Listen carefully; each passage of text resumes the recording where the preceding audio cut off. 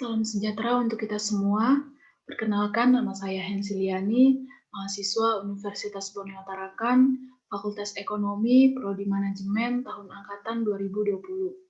Video ini merupakan tugas kuliah saya, yaitu eh, mata kuliah pengantar bisnis dengan dosen pengampu mata kuliah, yaitu Bapak Nurul Hidayat. Dan pada video kali ini saya akan mempresentasikan atau menjelaskan tentang dasar-dasar manajemen dan kewirausahaan. Ya, saya langsung saja untuk menjelaskan materi ini, yaitu ada di sini yang pertama yaitu definisi manajemen. Jadi manajemen merupakan suatu seni dalam ilmu perorganisasian seperti menyusun perencanaan, membangun organisasi dan perorganisasiannya, pergerakan serta pengendalian dan perorganisasiannya, pengarahan serta pengendalian atau pengawasan. Dan juga manajemen merupakan proses pencapaian tujuan organisasi melalui tahap perencanaan, perorganisasian, pengarahan, dan pengendalian sumber daya manusia atau SDM, dan sumber daya lainnya yang dimiliki organisasi. Lalu di sini ada fungsi-fungsi manajemen. Fungsi manajemen ini dibagi menjadi 4 bagian, yaitu yang pertama ada fungsi perencanaan. Jadi fungsi perencanaan ini merupakan fungsi manajemen yang berguna untuk menetapkan tujuan perusahaan dan kemudian menetapkan berbagai bentuk perencanaan untuk pencapaian tujuan-tujuan tersebut. Lalu yang kedua ada pengorganisasian.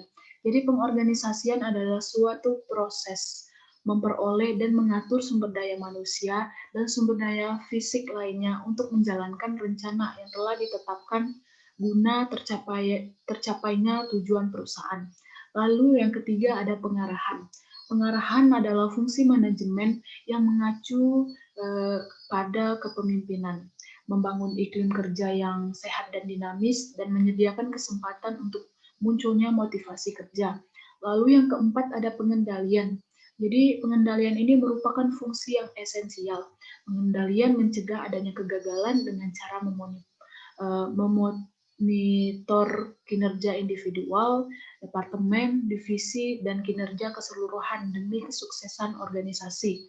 Lalu selanjutnya ada tingkatan atau level manajemen. Manajemen atau manajer pada dasarnya terdiri atas 3 tingkatan utama, yaitu yang pertama ada manajemen puncak. Jadi manajemen puncak bertanggung jawab terhadap keseluruhan kinerja dan keefektifan perusahaan. Manajer tingkat ini bertanggung jawab juga untuk membuat suatu kebijakan umum,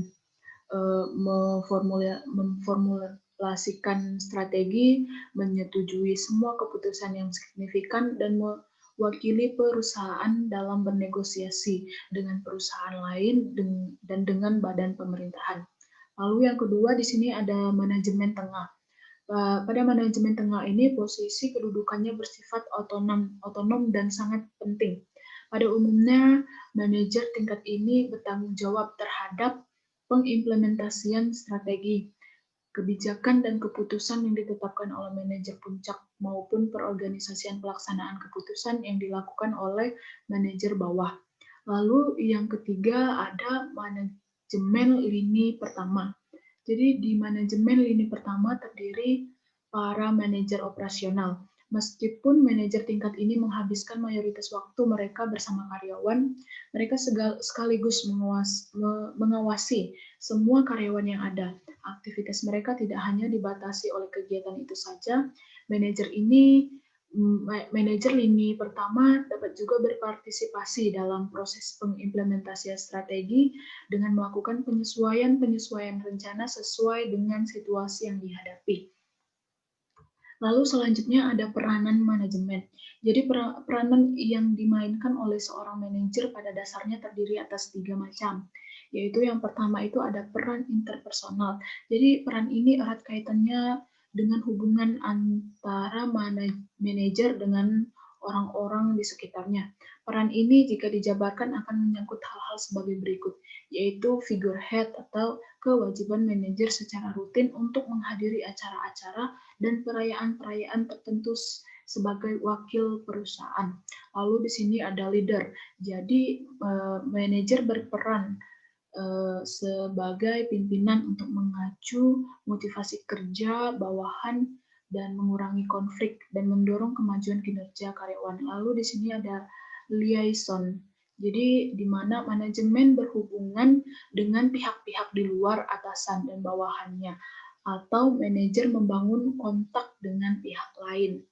Lalu selanjutnya di sini ada peran information. Jadi sebagai hasil dari interaksi yang dilakukan dengan pihak lain, baik dari dalam maupun dari luar perusahaan, manajer umumnya akan memiliki lebih banyak informasi dibandingkan anggota perusahaan lainnya. Dan peran-peran yang berkaitan dengan peran informasi itu antara lain ada yang pertama itu ada monitor, di mana manajer secara berkelanjutan memonitor lingkungan untuk mengetahui apa yang tengah terjadi. Lalu yang kedua itu ada disseminator. Disseminator, di mana manajer menyebarkan informasi kepada para bawahannya, di mana informasi itu tidak dapat diperoleh dengan sendirinya oleh bawahan. Lalu yang ketiga ada spokesperson, di mana manajer menjadi orang yang berbicara kepada pihak luar mewakili unit kerjanya. Lalu yang ketiga di sini ada peran pengambil keputusan, di mana manajer akan membuat keputusan baik sendiri maupun bekerja sama dengan pihak lain, di samping juga mempengaruhi keputusan orang lain. Pengambilan keputusan dapat berperan sebagai wirausaha. Yang pertama itu ada wirausaha. Dalam proses kerjanya, manajer akan dihadapi pada berbagai ide dan metode baru dan kreatif yang dapat digunakan untuk mengembangkan aktivitas tertentu yang mendorong unit kerjanya untuk menggunakan ide dan metode baru tersebut. Lalu yang kedua itu ada pengelola konflik. Ketika terjadi permasalahan dalam lingkungan kerjanya yang ternyata keluar dari kendali, maka manajer harus mampu menangani permasalahan tersebut.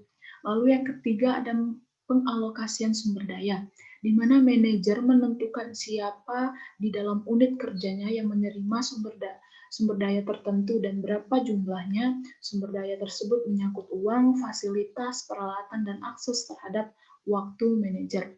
Lalu yang keempat di sini ada negosiator. Jadi di mana manajer dituntut untuk melakukan negosiasi, misalnya dengan pemasok.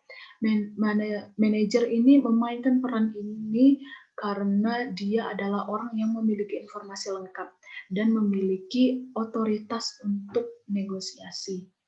Lalu selanjutnya di sini ada keterampilan manajemen. Berikut beberapa keterampilan yang dituntut dari seorang manajer, yaitu yang pertama ada keterampilan teknis. Keterampilan teknis menyangkut pengetahuan dan kemampuan manajer untuk menggunakan berbagai macam proses, prosedur, teknis, alat, dan metode yang diperlukan untuk memenuhi suatu tuntutan tugas. Lalu yang kedua itu ada keterampilan hubungan interpersonal. Jadi keterampilan hubungan interpersonal mengacu pada kemampuan manajer untuk memimpin, memotivasi, dan berkomunikasi dengan orang-orang di sekitarnya agar tercapai tujuan. Lalu yang ketiga di sini ada keterampilan konseptual, di mana keterampilan konseptual ini mengacu pada kemampuan manajer untuk memandang organisasi sebagai suatu keseluruhan dan memahami bagaimana masing-masing bagian ini berhubungan dan bergantung satu sama lainnya. Lalu selanjutnya di sini ada proses pengambilan keputusan. Jadi proses pengambilan keputusan umumnya terdiri atas 7 tahap. Tahap ini merupakan tahap rasional dan logis dan merupakan bagian yang esensial dalam proses pengambilan keputusan. Yaitu yang pertama di sini ada identifikasi masalah dan kesempatan. Jadi di tahap awal ini bisa dikatakan sebagai dasar proses pengambilan keputusan.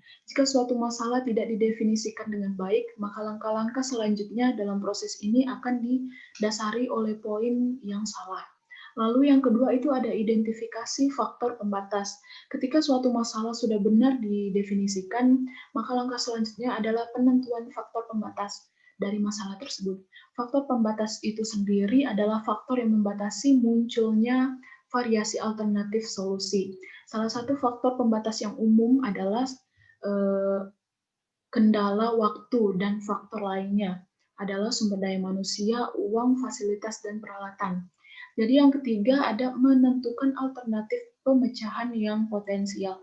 Jadi alternatif yang boleh dikembangkan adalah alternatif yang mampu mengeliminasikan, mengkoreksi, menetralisasi masalah dan memaksimalkan kesempatan. Lalu selanjutnya di sini ada yang keempat itu menganalisis alternatif. Jadi dalam tahap ini manajer harus menetapkan nilai positif dan negatif pada masing-masing alternatif yang ada. Kemudian dianalisis alternatif-alternatif itu bergesekan dengan faktor pembatas yang telah diidentifikasikan sebelumnya. Lalu yang kelima ada menyeleksi alternatif.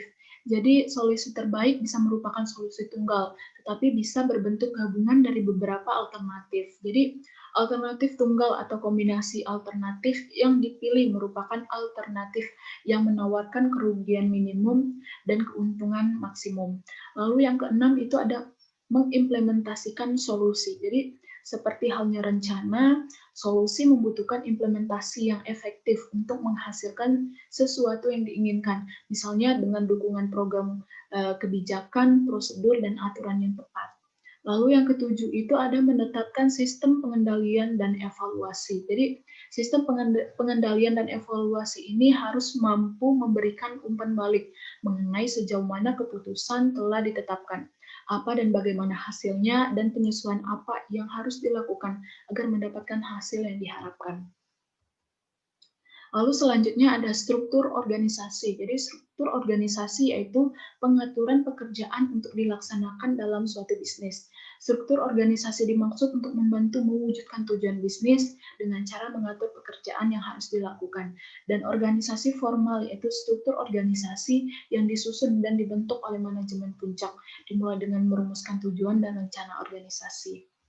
Lalu di sini ada konsep-konsep organisasi. Jadi konsep organisasi ini yang pertama ada wewenang. Jadi wewenang ini adalah hak yang dimiliki seorang karyawan pada posisi tertentu untuk membuat keputusan, memberi perintah, dan mengalokasikan sumber daya. Jadi ada 3 bentuk wewenang, yaitu yang pertama ada wewenang lini. Jadi wewenang lini ini merupakan wewenang langsung dari atasan kepada bawahan. Lalu yang kedua itu ada wewenang staf. Jadi wewenang staf ini adalah wewenang yang dimiliki dalam kapasitasnya sebagai penasehat. Lalu yang ketiga ada wewenang fungsional. Jadi wewenang fungsional ini yaitu wewenang untuk membuat keputusan terhadap persoalan tertentu yang menjadi tanggung jawab departemen lain. Lalu yang kedua ada rentang kendali atau span of control. Jadi rentang kendali ini adalah jumlah bawahan yang berada di bawah kendali seorang manajer. Jadi manajer mempunyai kewajiban untuk mengendalikan dan mengawasi karyawan sedangkan karyawan juga memiliki kewajiban untuk melaporkan pekerjaan kepada atasannya langsung. Lalu yang ketiga ada desentralisasi dan desentralisasi. Jadi sentralisasi ini merupakan suatu filosofi organisasi dan manajemen yang memusatkan seluruh wewenang membuat keputusan pada sekelompok kecil manajer dan struktur organisasi. Lalu desentralisasi sendiri merupakan suatu filosofi organisasi dan manajemen yang mendelegasikan wewenang membuat keputusan kepada level di bawahnya dalam struktur organisasi. Lalu kita masuk dalam pembahasan kewirausahaan. Di sini ada definisi kewirausahaan. Jadi kewirausahaan adalah proses menciptakan nilai dengan mengumpulkan beberapa sumber daya yang bersifat unik yang dimiliki oleh seseorang untuk digunakan sebagai modal untuk mengambil kesempatan bisnis yang ada. Di sini ada konsep kewirausahaan. Jadi secara sederhana, wirausahawan dapat diartikan sebagai pengusaha yang mampu melihat peluang dengan mencari dana serta sumber daya lain yang diperlukan. Dan wirausahawan adalah mereka yang selalu mencari perubahan, berusaha mengikuti dan menyesuaikan pada perubahan itu serta memanfaatkannya sebagai peluang. Lalu di sini ada karakteristik wirausahawan. Jadi yang pertama ada dorongan berprestasi, bekerja keras, memperhatikan kualitas, sangat bertanggung jawab, berorientasi pada imbalan, optimis, berorientasi pada hasil yang baik, mampu mengorganisasikan orang atau masalah, dan berorientasi pada uang. Lalu selanjutnya di sini ada resiko kewirausahaan. Jadi resiko utama yang dihadapi oleh kewirausahaan ada 4 tipe, yaitu yang pertama ada resiko kegagalan individu. Jadi di sini resiko kegagalan individu ini karena terlalu cepat berharap akan hasil dan tanpa proses yang lama. Lalu yang kedua ada resiko keuangan, yaitu di mana karena biaya awal yang sering membengkak dari rencana awal atau rencana semula. Lalu yang ketiga itu ada risiko karir, karena meninggalkan pekerjaan semula untuk mencoba bisnis baru. Yang keempat itu ada risiko sosial dan keluarga, karena dalam tahap awal perhatian terhadap keluarga berkurang dan dicurahkan total pada bisnis yang sedang ditekuninya. Lalu seorang wirausahawan harus memiliki peran ganda, yaitu yang pertama menjadi pengusaha atau wirausaha yang memiliki visi global, bekerja pada rencana regional, dan melaksanakan tugas secara lokal dan tepat. Lalu yang kedua, menjadi pimpinan yang memiliki misi dan dikomunikasikan kepada anggotanya, serta memandang karyawan dari sisi manusiawi. Lalu yang ketiga, menjadi pengelola bisnis yang menggunakan keunggulan pada inovasi dan kreativitas. Lalu selanjutnya di sini ada urutan kualitas wirausahawan global, yaitu yang pertama seorang yang berusaha atau baik, bersih, dan memiliki kemampuan dalam bisnis. Lalu yang kedua, wirausahaan biasa atau wirausahawan yang dimiliki dan dimanfaatkan sebagai sumber internal perusahaan besar secara maksimal dan berjiwa pemimpin.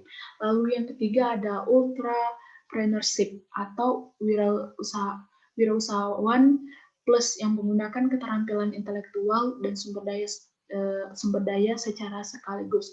Lalu di sini yang keempat ada ecopreneur atau perusahaan plus yang memandang atau berwawasan lingkungan. Ya, sekian presentasi dari saya. Semoga bermanfaat. Sekian dan terima kasih.